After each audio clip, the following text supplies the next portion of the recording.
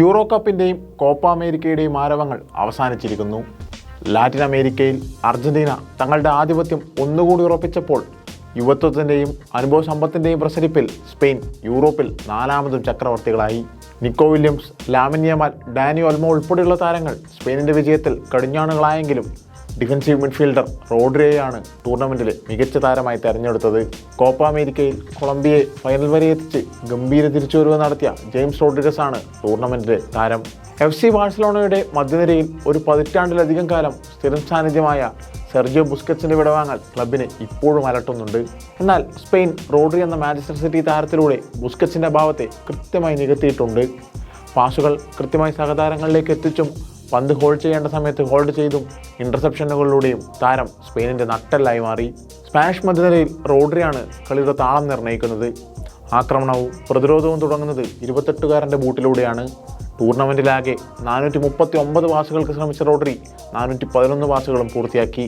92% ഗ്രൗണ്ടിൽ 521 മിനിറ്റുകൾ ചെലവഴിച്ച താരത്തിൻ്റെ പാസിംഗ് കൃത്യത. ടൂർണമെൻറ്റിൽ ഒരു ഗോളും താരം നേടി. യൂറോ കപ്പിൽ മധ്യനിരയിൽ സ്പെയിനിൻ്റെ നിയന്ത്രണമേറ്റെടുത്ത റോഡ്രി ടൂർണമെൻറ്റിലെ എല്ലാ മത്സരത്തിലും കളിച്ചു. എന്നാൽ പരിക്ക് വില്ലനായതോടെ ഫൈനലിൻ്റെ രണ്ടാം പകുതിയിൽ താരത്തിന് കളിക്കാൻ സാധിച്ചില്ല. ജെയിംസ് റോഡ്രിഗസിൻ്റെ കോപ്പ അമേരിക്കയിലെ പ്രകടനത്തെ ഗംഭീര തിരിച്ചുവരവ് എന്നല്ലാതെ മറ്റൊരു വാക്കുകൊണ്ടും അടയാളപ്പെടുത്താനാവില്ല. 2014 ലോകകപ്പിൽ ഗോൾഡൻ ബൂട്ട് സ്വന്തമാക്കിയ റോഡ്രിഗസ് അതേ ലോകകപ്പിൽ ഉറുഗ്വേക്കെതിരെ ഒരു അവിശ്വസനീയമായ ഗോളും നേടിയിരുന്നു. പിന്നീട് റോഡ്രിഗസിൽ നിന്ന് ആ ലോകകപ്പിലെ പോലെ മികച്ച പ്രകടനമൊന്നും ഉണ്ടായിട്ടുമില്ല. എന്നാൽ കോപ്പ അമേരിക്കയിലെ പ്രകടനത്തിലൂടെ റോഡ്രിഗസ് സ്വയം വീണ്ടെടുക്കുകയായിരുന്നു.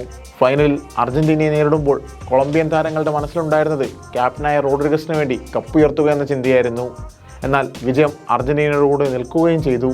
പക്ഷേ അപ്പോഴേക്കും റോഡ്രിഗസിൻ്റെ പേരിൽ ഈ കോപ്പ അടയാളപ്പെട്ടും കഴിഞ്ഞിരുന്നു. 33-ാം വയസ്സുകാരനായ റോഡ്രിഗസ് ടൂർണമെൻറ്റിൽ 6 ഗോളിന് അവസരമൊരുക്കുകയും 1 ഗോൾ നേടുകയും ചെയ്തു. ജെയിംസ് റോഡ്രിഗസിൻ്റെ എണ്ണം പറഞ്ഞ സെറ്റ് പീസുകൾ കൂടിയായിരുന്നു കൊളംബിയയുടെ കുതിപ്പിന് പിന്നിൽ.